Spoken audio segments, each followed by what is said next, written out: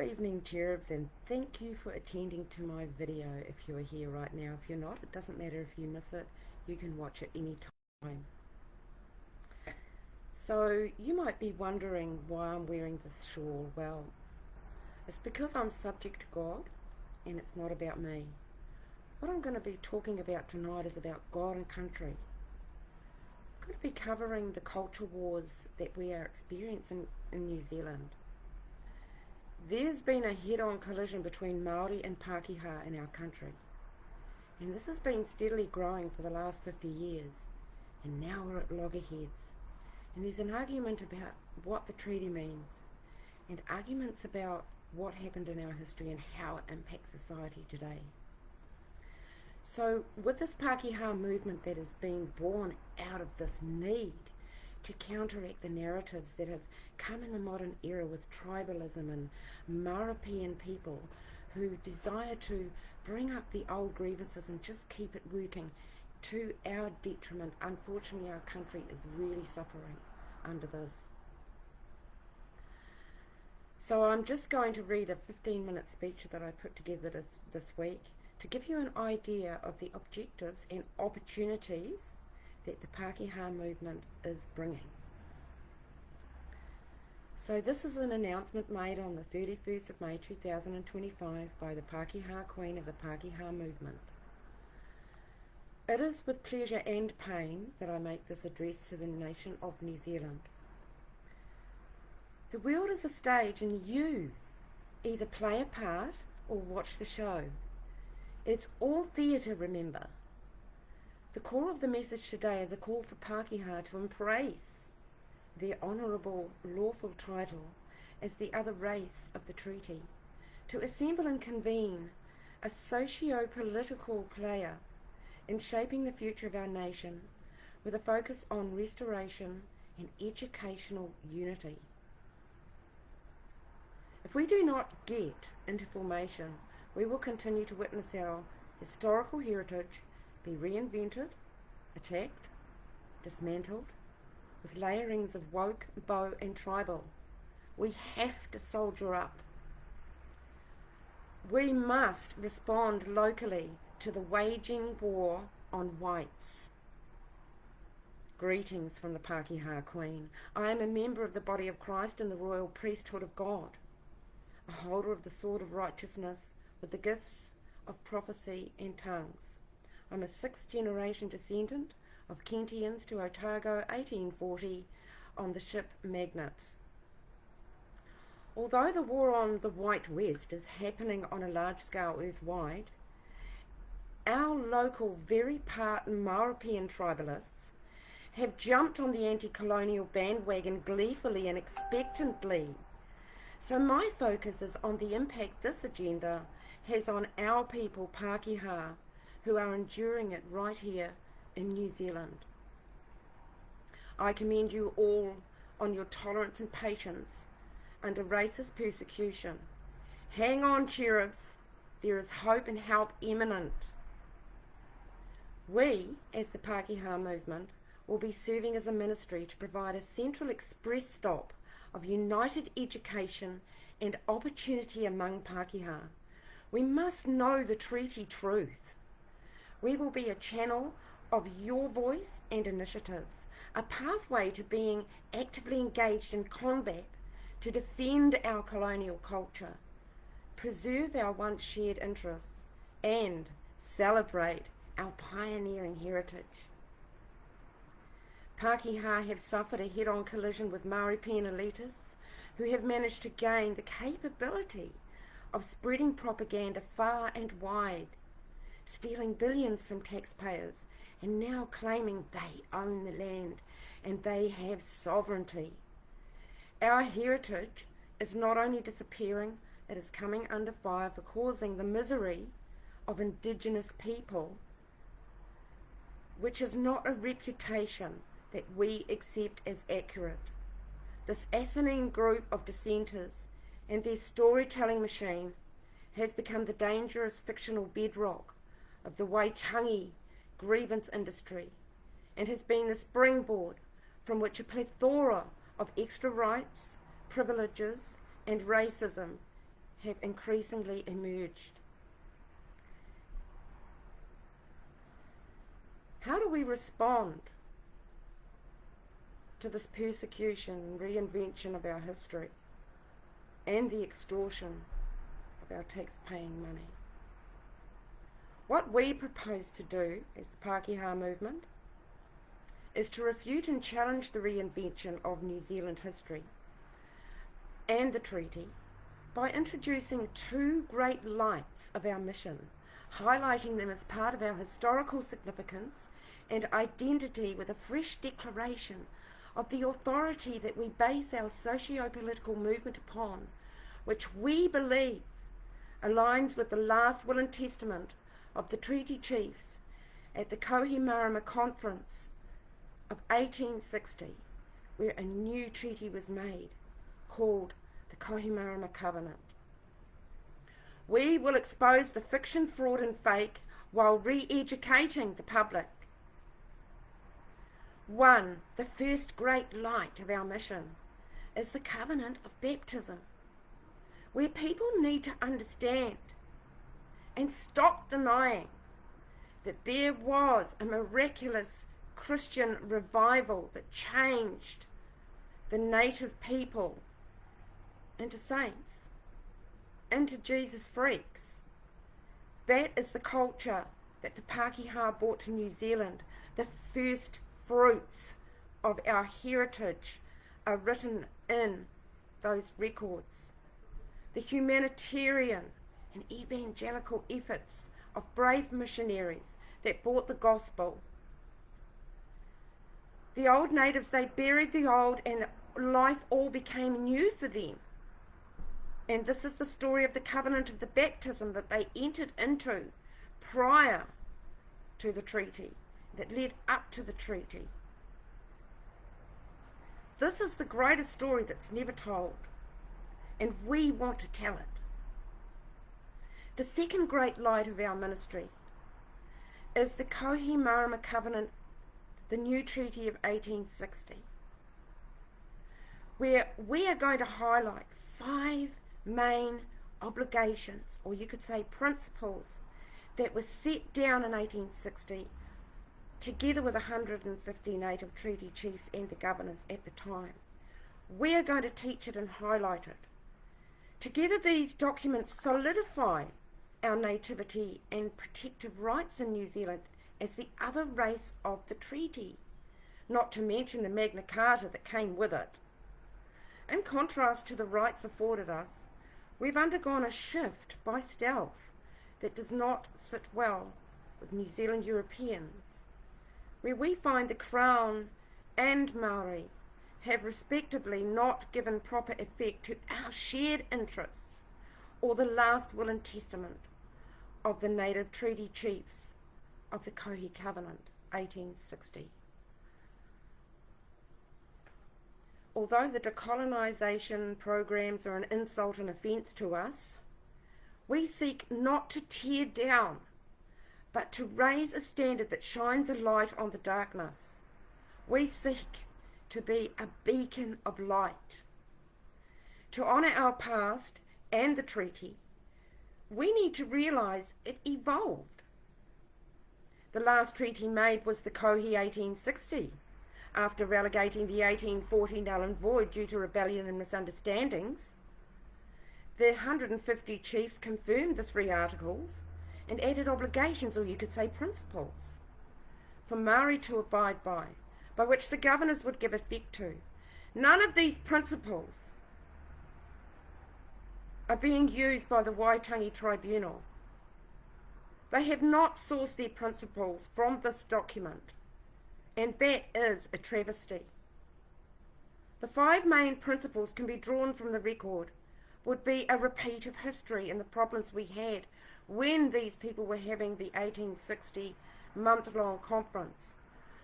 The first principle was about the tikanga, and the chief said that the new tikanga is Christianity and to leave the old ways behind, the ancestral worship, all the witchcraft, the evil ways and the tales, okay, and the cruelty and the slavery, the whole lot, the cannibalism, everything, okay, to bury it, leave it behind, abandon it, and the new tikanga was Christianity. So that was a special principle that was laid down there, that going forward, and that they expected that to be ake, ake, ake for always. The second one was not to rebel against the crown, okay, because the Kingites were rebelling and fighting, and they actually did commit what you could call a genocide in New Zealand that doesn't get talked about. But we're going to highlight that too, because we're getting blamed for it. So the second principle was no rebelling against the crown, otherwise there'd be confiscations. And there was New Zealand wars, and there was confiscations because of that. The third one was maintain friendship with the Pakeha for participation, partnership and protection. So this participation, partnership, the 3 P's of the new Maori religion, they're saying that's between them and the crown. No. It was between Pakeha and Maori were supposed to be participating, partnering, protecting each other. Okay, so they've just left us out into the cold, saying that it's not about us, it's them and the crown. No. It's about us, the other third party to the treaty, all right? So that was together with Pakeha, not the crown. The fourth one was political movements and council. And they said, to the Maori, don't start political parties or movements of strife. Okay, but just be involved with the local council. Because the substance of the sale of the land, the real estate, is with the Maori.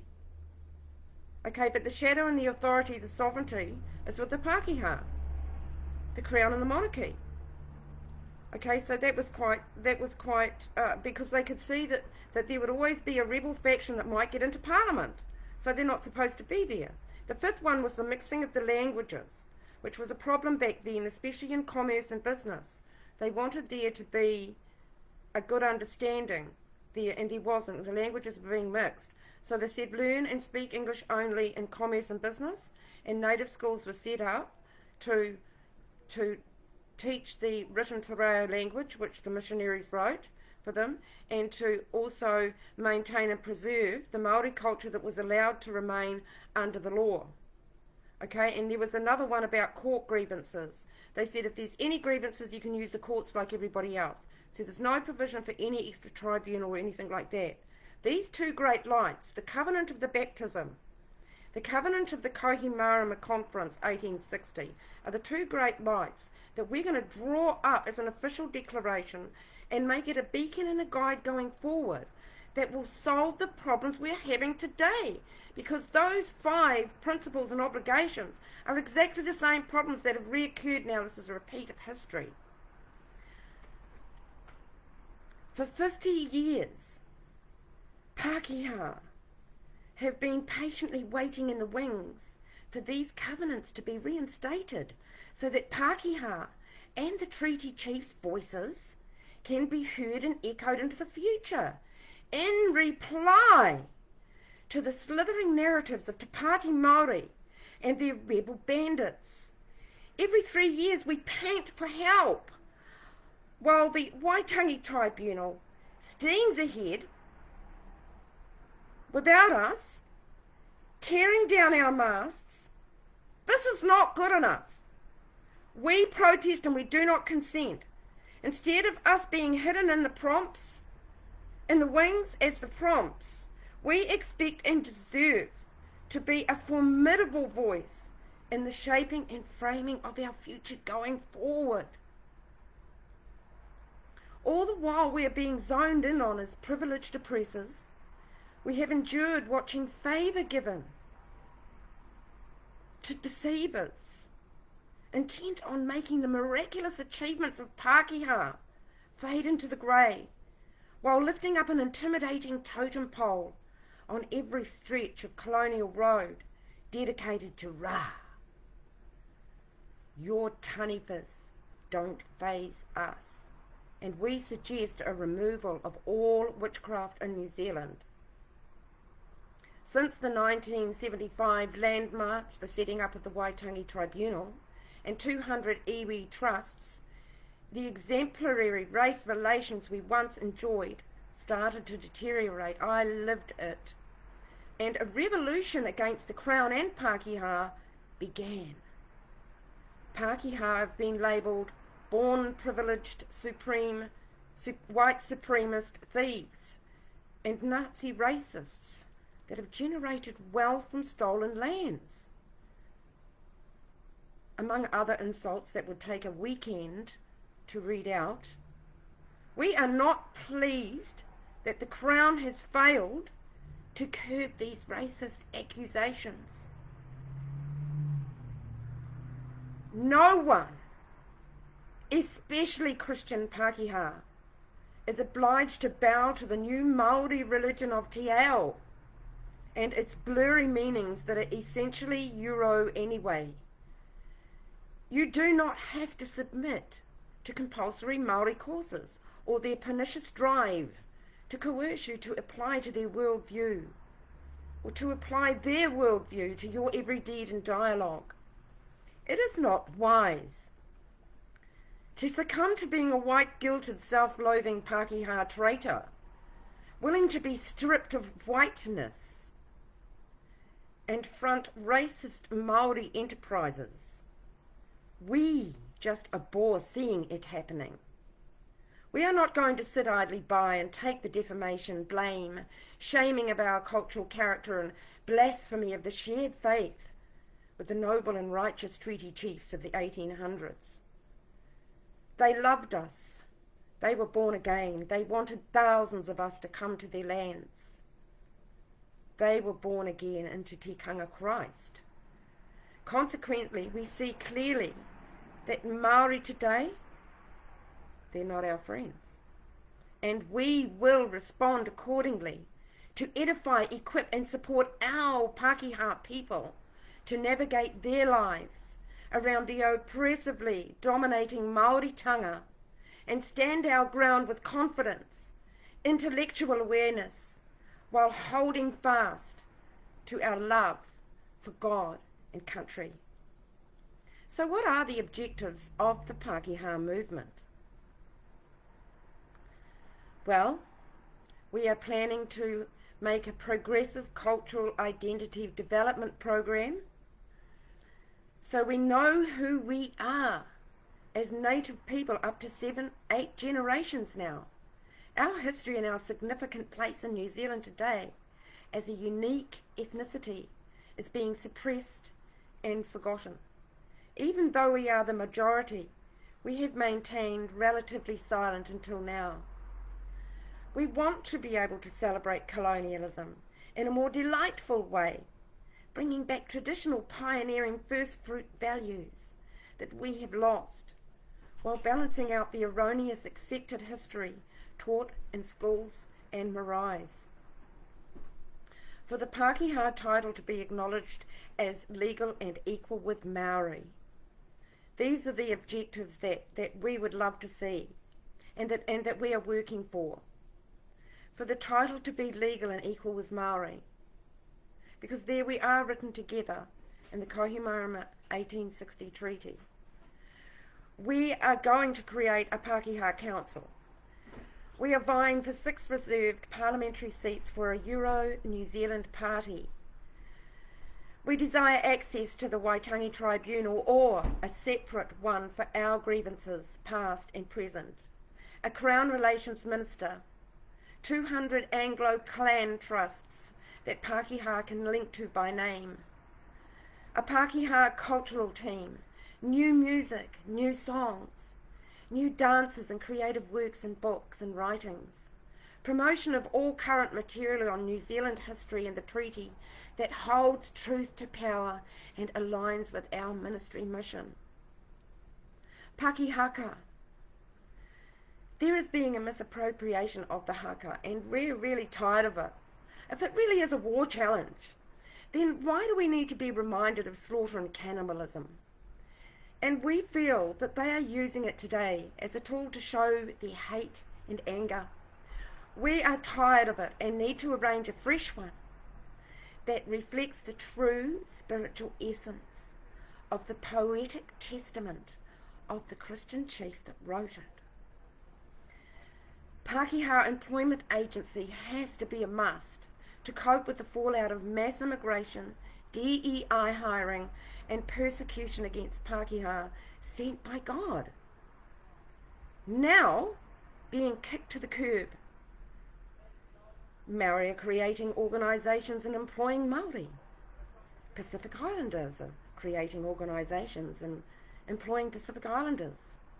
Asians and Indians doing the same, Middle Easterners as well.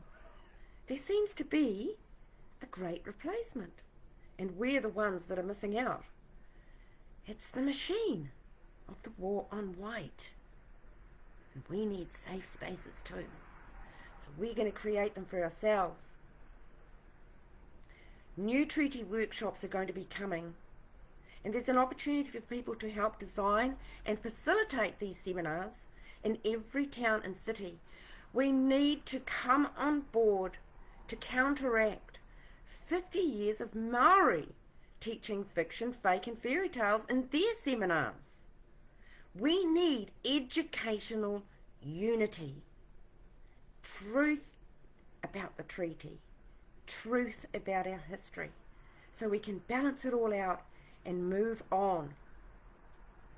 Do you want to be a part of harnessing an exciting opportunity to rise and shine with us and take our country back from woke, bow and tribal? We are looking for content creators, website designers, patriots with knowledge about our history and the treaty, and anyone with a project or initiative that we can promote and support. Help yourself by helping us. Please answer the call to defend God and country. Push back and stand your ground in the face of adversity. Make your life exciting and purposeful by adapting really well to a changing world together. We have the mandate. We have the anointing, and we've got what it takes. So let's come together, Pakeha.